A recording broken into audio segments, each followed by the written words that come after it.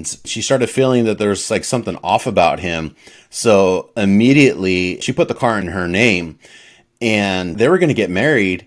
And when she realized how fucking weird and controlling that he was, she was just like, nope. And then he tried to take the car back and then realized that the car wasn't even in his name anymore.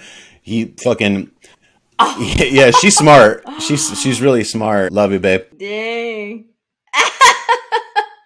But then, he tried to sue her for the car back, and the judge was like, no, you gave that to her as a gift. He got burned in his own, bullshit, whatever. But I've seen a lot of other friends who weren't as smart, and they were gifted shit like that. And then they ended up getting burnt because they ended up having their gifts taken back. After you do all this work for him. But I think about $4,000 a month really isn't that much for a sugar daddy, and what you have to do, orgies and all these girls. And speaking of that, when I was getting my makeup done, the makeup artist was telling me, this might be a little bit too scandalous, but she told me the girls were going to England and Hef told them that they needed a shot to go to England. And she's like, you don't need a shot. And she said that they probably had an STD. And he was thinking, how am I going to get these girls to get a shot? So he made up a story that you need it to travel. So he probably knew about the STD and didn't want to tell them. Right. Because then they may not do what would normally do. Oh, that's so fucked up. And then she also said that her boyfriend was a butler, and he said that Hefner had herpes medication. And that scared me. That's why I didn't fuck him, honestly, because that's just not for me. The main thing. I've had friends that had that medication too, and it wasn't necessarily like an STD thing. It scared me, though. I've had friends that broken out in like cold sores and stuff ever since they were like little kids. And it is the HPV virus, but they didn't have it necessarily as an STD. But when it comes to Hef, like for the amount of women that he'd been running through his whole fucking life, he has to. 100%. I've told other people that story, and they said that, and I don't know if it's true, they said at one time he admitted to it in the magazine. Really? I don't know if it's true, but they're like, yeah, he's, that's come up before. Shit. I'll have to look that up. So again, he doesn't care. Men don't care. Like, they will spread their herpes knowing they have it, knowing he's taking medication, and still not telling people. Even a cold sore. Like, you should still tell someone, hey. Right. And the main thing in this business is you want to get out with your mental health and your health. It's very important. Mm-hmm. These are two very important things. Mentally, to be sound, because you are going to be traumatized, and you don't want any kind of disease. Right. I mean, HPV causes cancer. It's not just, that simple little cold sore. Other things could happen from it. Right, exactly. So she talked about hooking up with Hefner the first time. She didn't like how there was all these other girls that were also hooking up with him. And she didn't like that she was having to share him. But even after that first experience that she had, and she said that it was so traumatic and it was so embarrassing, because she said that all these other girls were watching too while she was, hooking up with him.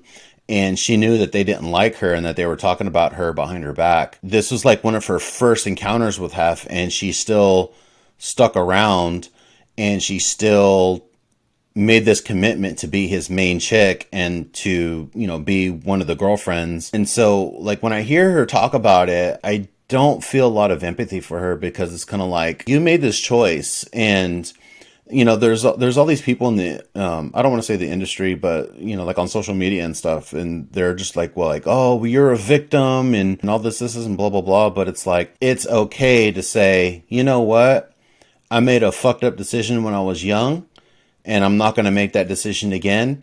But that's a decision that I made. And it seems like nowadays in society that people feel that it's not okay to do that. And I don't know. I just have a hard time feeling sorry for somebody who for 8 fucking years. And You know what I mean? And it's like, okay, it's like, you knew, if it was one thing where like she did it once and then it was like, you know what, I'm never going to do that again. And then talked about her experience, you know, that one time. And I would have been like, wow, yeah, that's pretty fucked up. And, you know, I'd feel probably a lot more empathy for her. But she did it repetitively for fucking 8 years. And it's kind of like, okay, you, at this point, like, you knew what you were doing. So Kendra says she was the baby wipe girl, so she would like baby wipe each, like the wiener. Ew. Ew!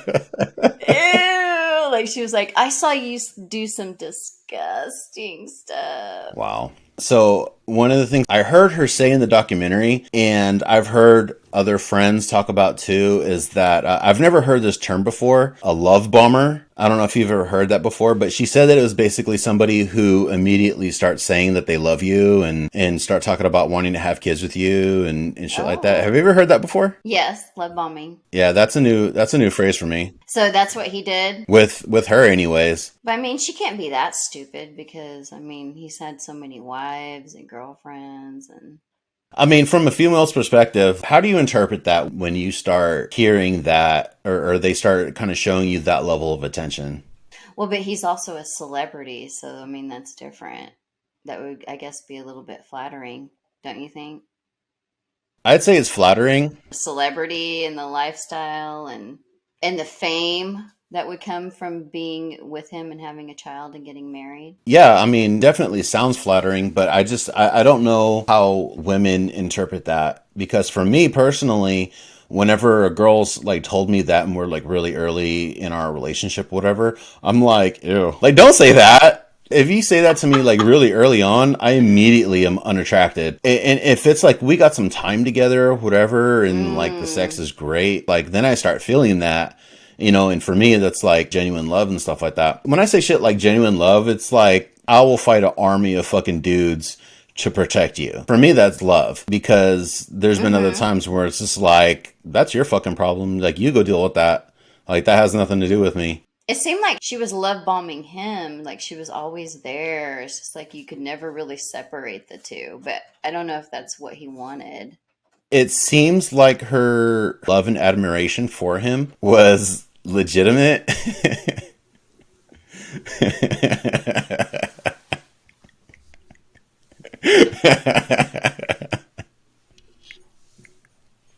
So you know from experience.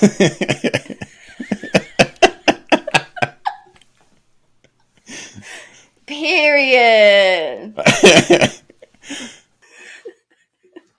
Baby, I love you. You'll never have to do that stuff ever again. No. Well, obviously she was there for them. The money. Absolutely. I've always gotten pissed off whenever I've dated somebody and they're like, oh, I have a house. You can come live with me and I'll take care of all the bills and blah, blah, blah. And I'm like, that sounds great. And they're like, and you never have to strip again. I'm like, whoa, whoa, whoa, whoa, whoa. Do you think I have to do this? Like, no, sweetheart, I want to do this. Like, I get to do this. So it's like, no, I'm good. Thank you. See, I'm the other way around. I want you to get me out of the club. Yeah, no. When I date a guy, I don't want to have to dance too. They just don't really go together. I don't know how girls have relationships and... Admittedly, being a sex worker and having a relationship definitely do not coincide, especially with my relationships too. There's been times where I've taken a pause from it and they thought, oh, he's not going to do that again. Because, as you know, I'm a chef too. And I had not only a career in food business, and, and I was on TV a bunch of times doing that shit, but I also have my own business, which I've kind of taken a pause from that too. So that way I can focus on this kind of stuff right now. But, I eventually plan on doing something with that again later on. But, I had an ex-girlfriend that was kind of helping me with my food stuff, and we were having a good time doing it together. And then one of the casinos up in Tahoe called me and was like, hey, we want you to come back. And I was like, fuck yeah. And so then when I told her, hey, I'm going to go back and do this, like, she got super emotional about it. She got really upset. And I'm just kind of like, listen, like this is who I am. At least, like, it's a large part of who I am. It's like, either you can accept this and just, like, deal with this, or just don't fuck with me anymore. And, you know, she made the choice to try to be with me and, you know, do with all the shit that comes with dating a stripper or whatever. And